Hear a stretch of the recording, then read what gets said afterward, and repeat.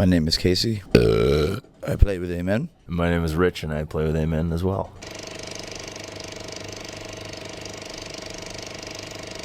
You just were lost the last half hour. You've been to watch in record stores. Was I half an hour late? I don't know. Oh, yeah. Voodoo Disc, best black metal store in the world. One of the best. I just heard you were looking for really old German electronic shit, isn't it? Yeah, I've been listening to a lot of Teutonic Disasters, very, very obscure hobby rock, and electro, post-punk music from Germany.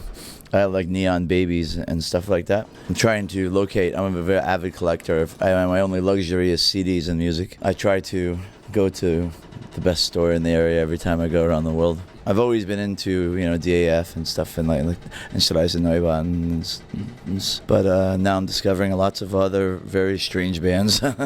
But new bands or old bands? Because they started just off like in the early 80s with the electronic pop. I've been listening to a lot of, it seems like Berlin, like DJ Hell and stuff like that. They're like all those people are bringing like international gigolos. There's like a very, very, very, there's a vibe to it that it translates to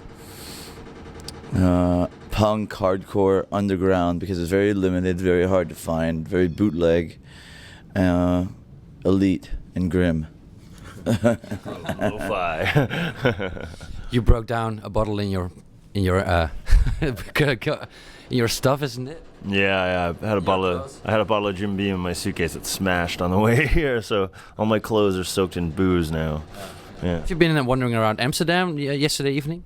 A little bit, yeah. Last night went out and saw the lovely ladies of your town. Yeah, you like them? Yeah, I like very much. What's the difference from the American ladies than here? I don't know. What do you think? They're more honest here. Yeah? Yeah, way more honest, more beautiful, far more beautiful. Definitely. Yeah. They are extremely riveting. Yeah. Any comments on that? I couldn't have put it better, really. Yeah. Okay, let's talk about the music. A long time no hear from you guys. You just released, or you will be releasing soon a new album, Death Before Music. Music. How do you pronounce it? Music, yeah. No. Could you tell something about the recording process? When did you start writing? Well, we went in the studio after Big Day Out, Rich and I, and we were recording the third Amen record when Virgin was sort of crumbling as a company. And we made a record for Virgin, and then we went to go do Big Day Out, and then basically we're going out of business, it seemed. And a lot of bands had to be let go, and we were one of them. They wanted to keep us. I mean, there was like a war between our record and the label and everything, but we don't have any ill will because we know it's not personal. It was on a business, huge, grandiose scale.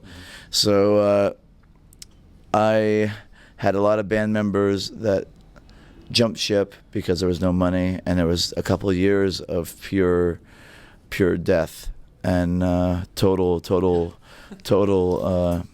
death, and I just wanted to document it. So really, I was recording throughout this whole time from the last album, and there was an accumulation of 70 songs. So, 70 songs? Yeah. God damn. So it recorded from, every day, like I would go in and go in somebody's downtime from a friend's band, recording and do vocals or do guitar tracks and do drum tracks with different drummers and blah, blah, blah. And then Daron came into the picture from System of a Down, and he signed us to the label. And how did he come into the picture? We met on Big Day Out. Okay. And he said that Amen was like his favorite rock and roll band in the world, and he goes, and then he called me one day when I was back home a couple months later, and he goes, hey, I wrote these songs with your voice in mind, and if you don't sing on it, I'm not going to do it. So I said, okay, well, let's hang out and see if we have the same sort of priorities. And he was extremely, we were very alike in a lot of ways, that he was a fan of a lot of extreme music, and we basically went to a record store in Amoeba all the time and would trade thoughts, and then would sit and play and recorded 8 songs. And then we were going to do a tour of the UK, He's on the record actually also. Daron? Yeah. No, he's not on the record. Oh, okay. He 'Cause wrote the some. record was done. Okay. Yeah, Okay. the record was done. So there's new songs you're talking about. Yeah, all these. Well, no, with the side project that Daron and I have. Oh right. Okay. Okay. Okay. Yeah. So it was a side project that we recorded. Still hasn't come out or anything. If it does, we never know. But then we came to the UK to do a tour, and he calls me, tells me, "Don't sign any record deals. I want to put this out. This is my first on my imprint through Sony. This stands for everything. It's true. It's fucking punk. It's honest. It's totally everything I want my label to be representative of." So, weren't you signed to IM Records from Ross Robinson then? yeah. Just for one record. Two, because what happened was with Roadrunner, and then Virgin, and yeah. Yeah. Okay. So he does it still exist then? IM Records? Not with us, no. Oh, okay. I don't know if I don't think it exists anymore anyway, because I think Artist Direct went under. I think. How did it go recording in the studio with these songs? Because you recorded 15, maybe 70 songs. I don't know. Yeah, it was just. I mean, the record is.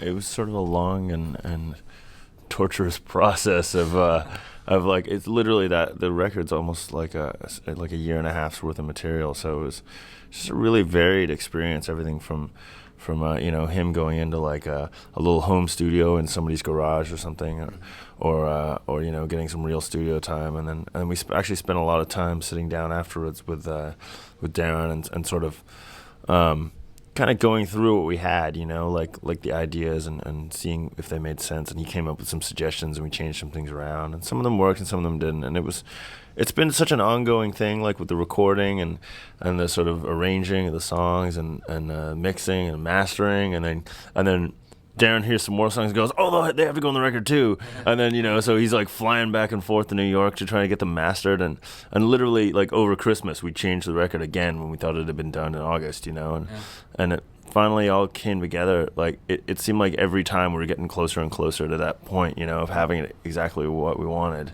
And so I think that it's there now. It's sort of like like a perfect portrait of a mess. Yeah, but it's also really melodic and also fucking hard and rock and roll. Okay. But the melodics are still in it, so that's pretty cool because that's what I like. Oh, cool! Thank you. Yeah, it was with the other two records. As I've set out to, wanted to make sure that there were something equivalent. My agenda was like what the Stooges did: make music that is completely passionate and nihilistic. And that's what I wanted to do. And with this record, I want to do that too. But I didn't want to take any of the hookiness. I didn't want to shoot ourselves in the foot anymore, you know. And I think that the metal moments on the record are far more metal than anything in the past. The rock and roll moments are far more rock and roll, and I think the punk moments are far more punk rock. So I think that's and it all just worked out for the best. In a weird way. Yeah, I read some real cool titles for songs, like California's Bleeding. Could you tell something about that one? Yeah, it's just about California and how much I hate it, and how much. Is it that hateful? Yeah, it's definitely that hateful. I mean, you come to Europe and you come to places like Amsterdam, and where you have total freedom and people are so nice and everybody's beautiful. Everybody doesn't have to get fucking plastic surgery to try to be a movie star, and they can be pure. It is. Is it that worst over there? Yeah, California's the worst. It's horrible. It's devoid of culture or substance. How's the music based? Like bands in between, like bands together? Worst. Horrible. Devoid of culture and substance. You have to understand, all the bands go there because they want to get signed and get huge. Yeah, Hollywood dream, man, you know, living the life like the movies, and then they get there and it's like they're smoking crack like on the street corner, and 6 months later, you know. Okay, because they lost their deal or something. Yeah, exactly. And there's no integrity, you know. It's like there's no integrity in the music. The guys they play in a band, and then they quit the band after the band gets dropped, and they join another band that sounds like something totally different, like a totally different style of music. Like my ex-members, you can look at the bands they play in, sounds nothing like Amen. Why are they in those bands? Because they get paychecks. Because it's not about the music anymore. No. It's like you might as well be a dentist or work in a restaurant or something. You know, it's like it's nothing. You know, there's no commitment to it. It's like as long as the money's there, I'm there. You know what I mean? And it's just so typical of California. I think like really typifies that. You know, it's like that's like the anti-cultural center. You know. Is it what you write about also, like the trueness for music or trueness for really things you really want in life? I just write. I mean, for myself, and it varies from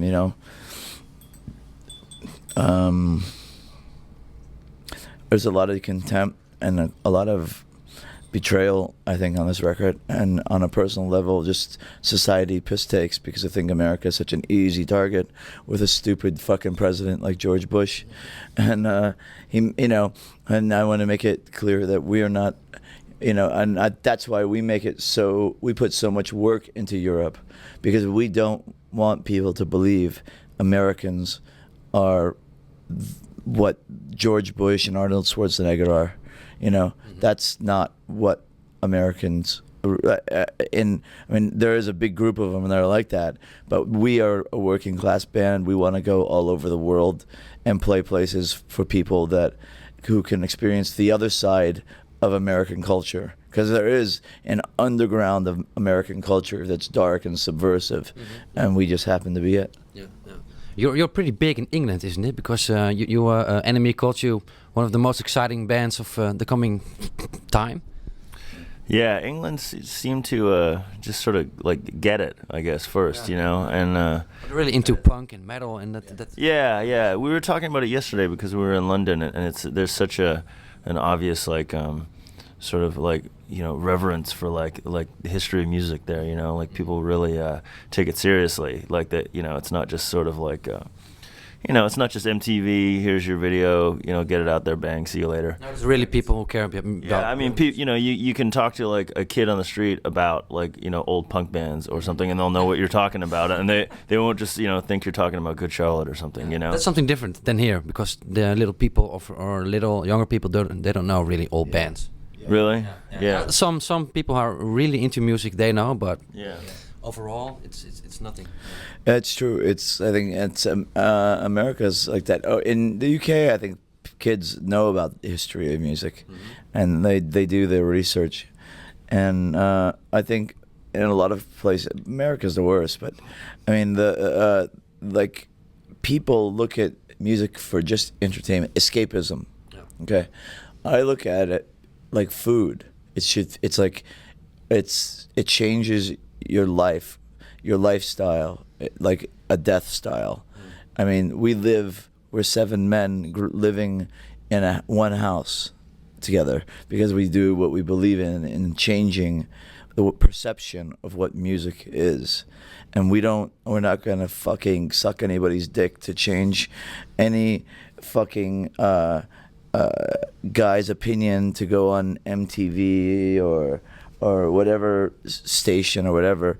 We are. It's like about a total death style. Yeah. You know what I mean? And we totally live it. And that's why, things like the kind of music we're speaking about, people who are really, really, really living it and it's on it. You can see it in painters, and you can see it in Van Gogh's ear. You can see it in, in anybody's art, and that's the difference. It's just definitely a time of war, and it's obvious with 9/11, and this record is a product of that war. Cool. Thank you very much. Thank you. Hey, what are the next plans for you guys? Are you coming back to Holland? Because you played a couple of years ago on Lowlands, the best festival over here. Yeah, definitely. I think the record it comes out here at the same time as England. I think it's the end of March, early April. So we're basically going to be hitting the road right then, and we're going to be coming all through mainland Europe, UK, and then back over to good old US of A in May, and then we'll probably be back and forth here all year, as much as we can. Yeah. Hope to see you soon. As long as the label will have us, we'll be here as much as they want.